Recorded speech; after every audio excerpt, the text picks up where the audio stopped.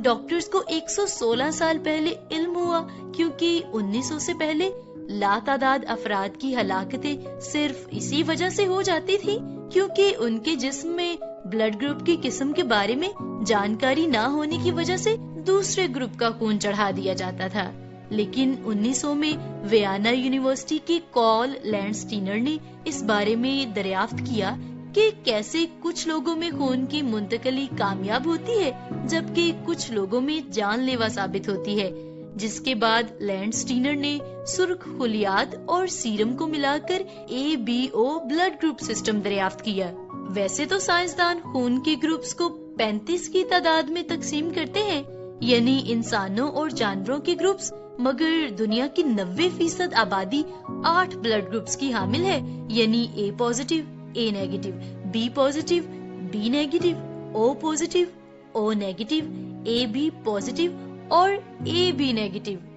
ان میں سے A positive اور O پازیٹیو ایسے بلڈ گروپس ہیں جو مجموعی طور پر 65% تمام انسانی بلڈ گروپس پر مشتمل ہوتے ہیں، لیکن AB نیگیٹو کو سب سے زیادہ نایاب مانا جاتا ہے۔ بنیادی طور پر چاروں بلڈ گروپس کو قدرتی طور پر جو چیز ایک دوسرے سے الگ کرتی ہے وہ اینٹیجن ہے، یعنی ایسی پروٹین یا کاربوہائیڈریٹ جو خون میں شامل ہو کر اینٹی باڈیز کے بنانے کے عمل کو جاری رکھتے ہیں۔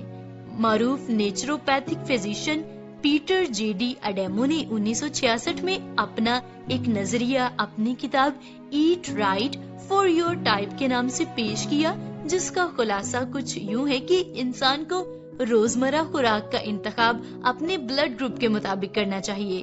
قدرت نے معجزانہ طور پر 4 بلڈ گروپس تخلیق کیے ہیں جن کے پازیٹیو اور نیگیٹو ملانے سے ان کی تعداد 8 ہو جاتی ہے۔ سامعین، یہ خدا تعالیٰ کی بڑی حکمت ہے کہ بلڈ گروپ کے اینٹیجن دوسرے بلڈ گروپ سے مختلف ہوتے ہیں، جو کہ مائکرو بائیوم سمیت بہت سے بیکٹیریا کے ساتھ براہ راست تعلق رکھتے ہیں۔ مختلف اینٹیجن ہونے کی وجہ سے یہ ہر جسم پر مختلف انداز میں اثر انداز ہوتے ہیں۔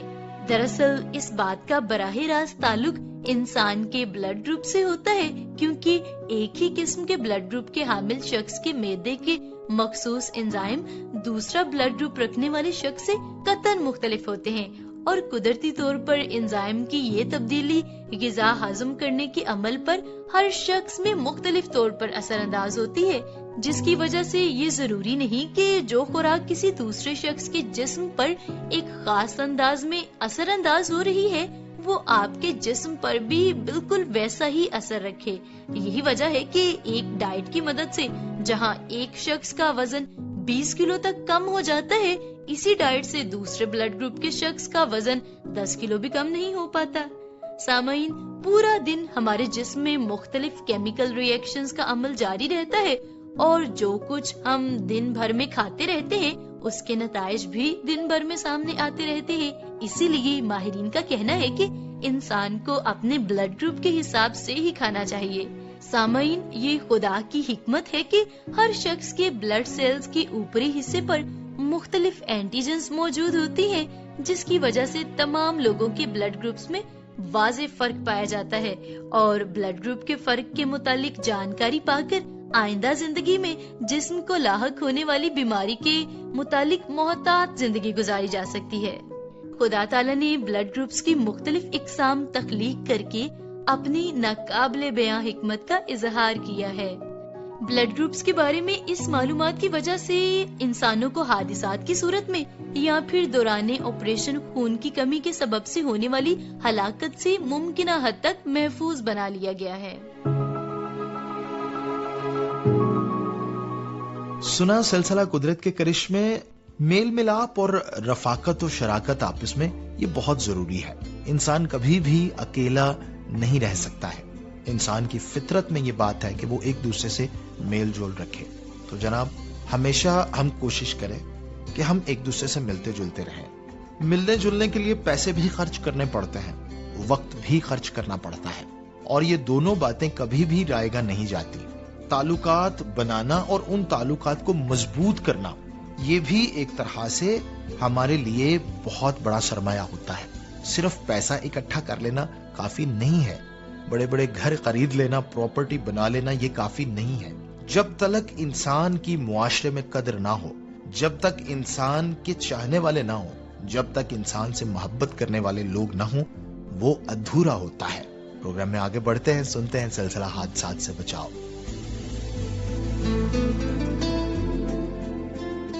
حادثات سے بچاؤ کے اس پروگرام میں آپ کو خوش آمدید کہتے ہیں، اور ہمارے ساتھ موجود ہیں سیف القہار صاحب جو سیفٹی ایکسپرٹ ہیں، اور آج ہماری مدد کریں گے۔ مختلف حادثات کے بارے میں ہمیں یہ بتاتے ہیں اور کس طرح سے ان حادثات سے بچا جا سکتا ہے، اور ہم بات کر رہے ہیں ایٹمی حادثے کے بارے میں۔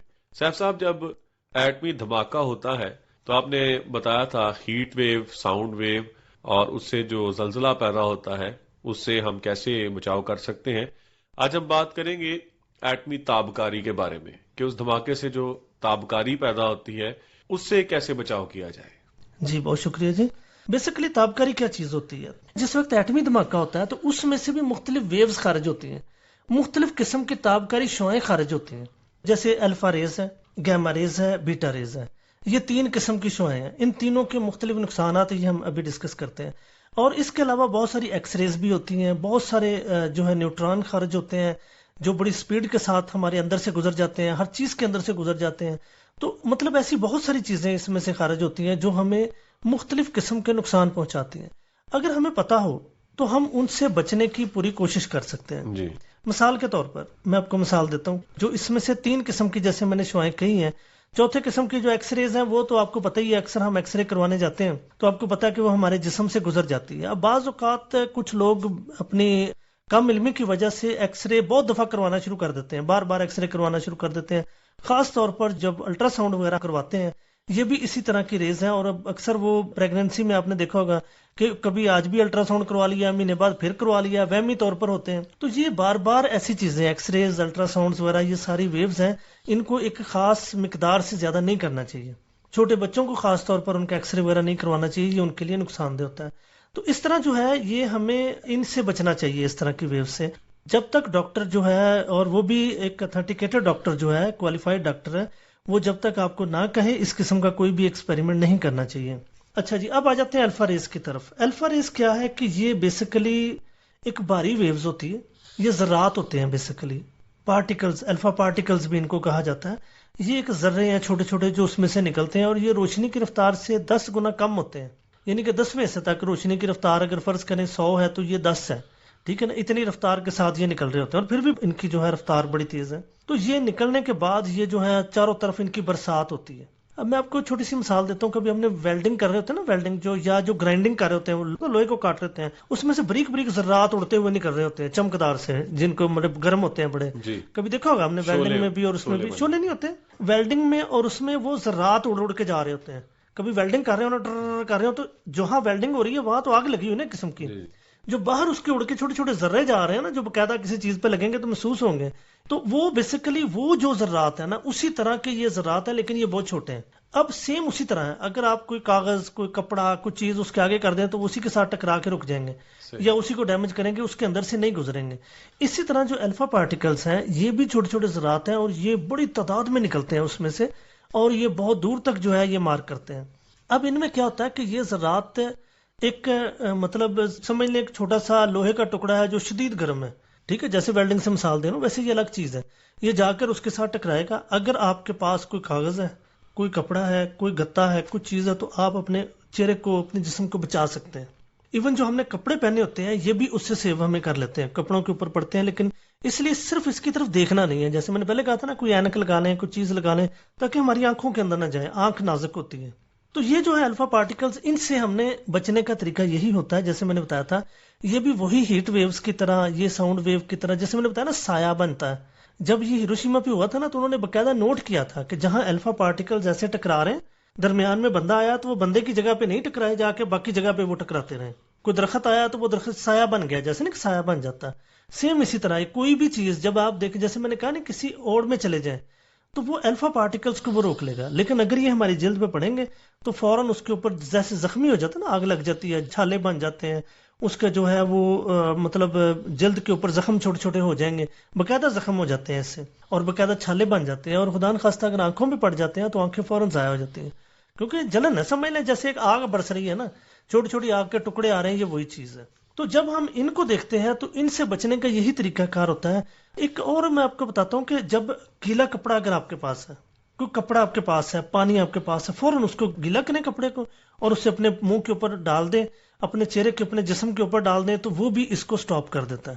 الفا پارٹیکلز کا جو ایک اٹیک، آپ دیکھیں پہلے ہم ساؤنڈ اٹیک سے بھی بچ چکے ہیں، ہیٹ ویو سے بھی بچ چکے ہیں، جو اپنا لائٹ ویو سے بھی بچ چکے ہیں، اور اب ہم نے الفا پارٹیکل سے بچنے کا طریقہ یہ سیکھا ہے کہ آپ کسی بھی چیز کی اوڑ میں چلے جائیں، جیسے ایک سایہ بن رہا ہوتا ہے اسی طرح اس کا بھی ایک سایہ ہوتا ہے، اور وہ جو سائے والی جگہ جیسے دھوپ میں کھڑے ہو تو ہمیں چبھ رہی ہوتی ہے دھوپ، اس میں بھی ریڈیشن ہوتی ہے نا، اور قسم کی ہوتی ہے، تو یہ اسی طرح اسی کے اندر بھی یہ چیز ہوتی ہے.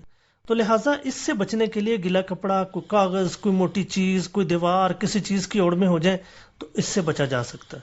ابھی آپ نے ایٹمی تابکاری سے حفاظت کے بارے میں بہت ہی اہم معلومات دی، اور ہم یقین کرتے ہیں کہ ہمارے سننے والوں کو اس سے بہت فائدہ پہنچا ہوگا.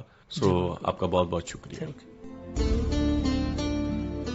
سن رہے تھے حادثات سے بچاؤ. بات ہم یہ کر رہے تھے کہ کس طرح سے ہمیں ایک دوسرے سے میل ملاپ رکھنا ہے.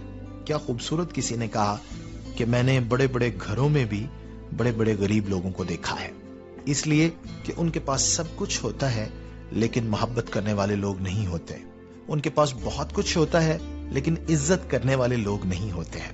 اور کیا ہی زبردست وہ لوگ ہیں جن کے پاس شاید دنیا کی چیزیں تو بہت کم ہوں لیکن ہزاروں لاکھوں لوگ ہوں ان سے پیار کرنے والے، ان کا ساتھ دینے والے اور ان کی نیک بختی چاہنے والے. آئیے ہم بھی انہی لوگوں میں شمار ہو جائیں، ایک دوسرے سے پیار کریں، محبتیں بانٹیں، جہاں تک ہو سکے تعلقات بڑھائیں، اور جو تعلقات ہیں ان کو ہم مضبوط کریں. ایسی خوبصورت زندگی گزار کر ہم اس دنیا سے جائیں. دعا کریں خدائے قادر مطلق ہم سب کو بڑی برکت عنایت کر، ہمارے ساتھ رہے. میں تیری منت کرتا ہوں کہ ہم جہاں جہاں جس جس حلقے میں کمزور ہیں وہیں پر تو ہمیں زوراور بنا دے. ہمیں توفیق دے کہ جو ہمارے تعلقات ہیں وہ خوب مضبوط ہوں، ایک دوسرے کے دکھ درد میں شریک ہونا ہمیں آ جائے، اور ایک دوسرے کے ساتھ چلنا ہمیں آ جائے، یعنی ایک دوسرے سے محبت کرنا ہمیں آ جائے. یوں ہم ایک اچھی اور خوبصورت زندگی گزارنے والے بنے. یسوع مسیح کے نام سے آمین. اپنا بہت خیال رکھیے گا جی. اجازت دیجیے اپنے ہوسٹ جوشوا کو. خدا حافظ.